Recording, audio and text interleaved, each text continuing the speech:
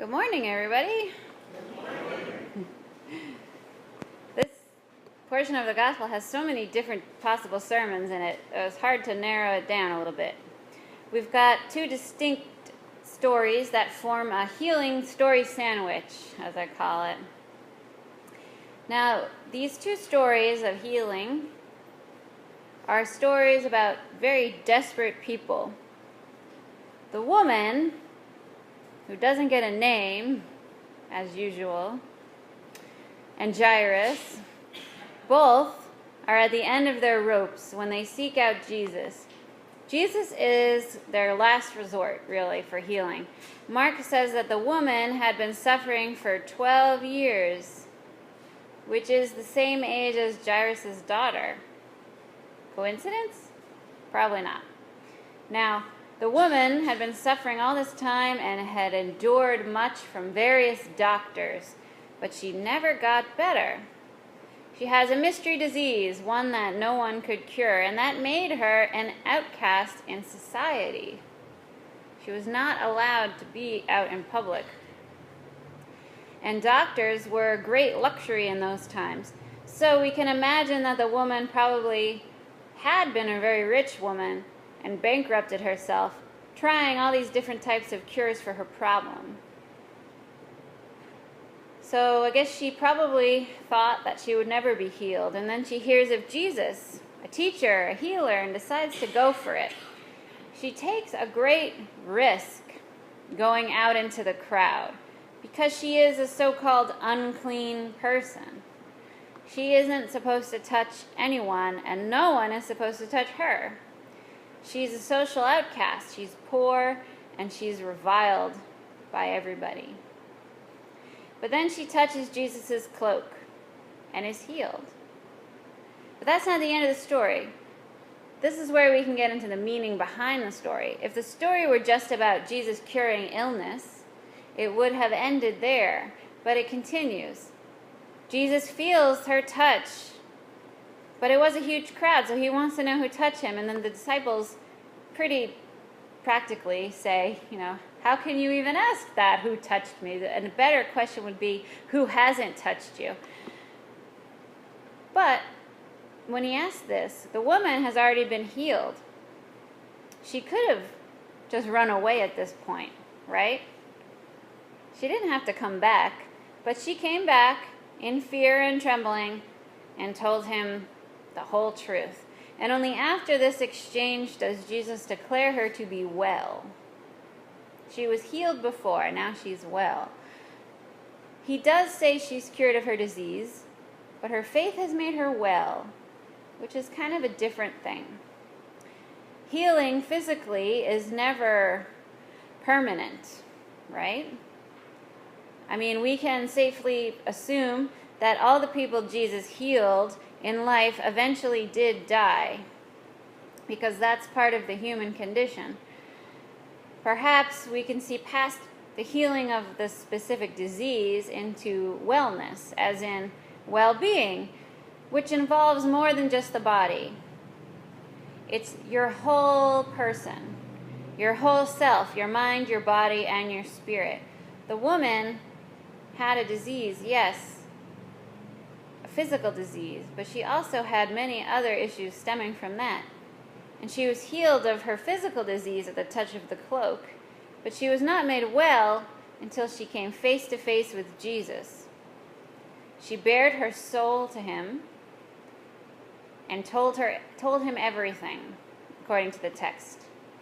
She probably told him about all the different doctors she saw and how she could never find a cure, and how she finally became so desperate that she came out to him for help.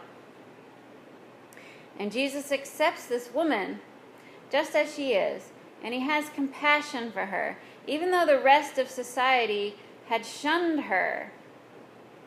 And he calls her daughter. She's adopted into his extended family of followers. Her societal status has been restored. She's no longer an outcast. She has formed a lasting bond with Jesus, a wholeness of being that lasts long after her physical body will eventually fail. And Jairus is another example of someone being made well.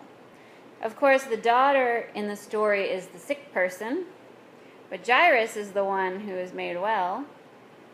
He's the one who forges a relationship with Christ, like the woman does. Now, Jairus was a leader of a synagogue, which is nothing to sneeze at. It's a very high position. And it's always good to remember that not all of the religious leaders of the time were against Jesus. He was probably very rich, and he certainly had great power and influence.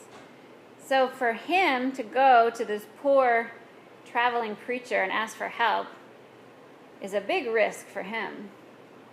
He could be in danger from the leaders who don't like Jesus, and it's a very humbling experience.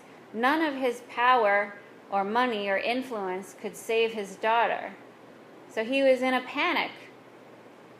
The text says he seized Jesus and fell at his feet and begged him repeatedly to come and save his daughter. Jairus is showing humility. He strips away the pretense of his high position and is begging for help on his knees in the dirt, someplace he probably never is.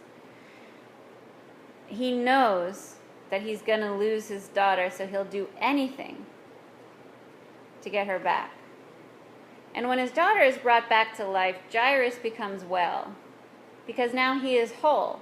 His wholeness doesn't come from the healing. It is discovered in the love he shows for his family. He loves her that he would do anything, even go and beg Jesus for help. And in that relationship with Jesus, he is well. So both Jairus and the woman come to Jesus in their weakest moments, and their emotions are raw, and they are in great pain, and they're in danger. And they open themselves to Jesus, and he makes them whole. They admit that they need help, and they take a risk to show their vulnerable sides. And admitting that you need help is a difficult thing, especially for us do-it-yourself New Englanders. But it's the very first step towards a relationship with Jesus. Jairus and the woman come for help. They bare their souls, they're vulnerable, and they receive his love. They receive that relationship and that wholeness that they get from a relationship with Christ. And they only know Christ because they shared with him. Because Jesus is not like us. He doesn't care about social status or how much wealth somebody has. He heals them because they need help. He helps them because they need it. When Jairus is begging for help, he's not Jairus, the rich and powerful synagogue leader. He's Jairus, the dad, whose daughter is ill. And he'll do anything. The woman risks her life by pushing through the crowd to get to Jesus, and she'll do anything in the end to be healthy. Jesus does not turn them away. He instead shows compassion.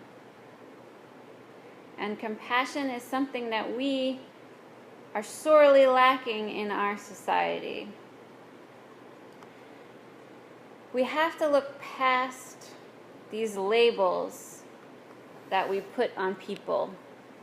Rich guy, unclean woman, poor, homeless, immigrant, prisoner. We have to see real people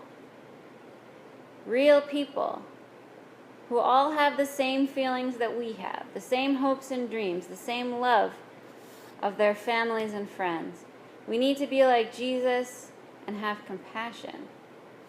See past labels and see that everyone are the same. We're all people, right? We're all people who want freedom and want to be living in health. We want to have health. We want to have peace and happiness. If we look past our labels and see the person underneath like Jesus does today, we can have that compassion that we're missing, or that seems to be missing. I think it's still here.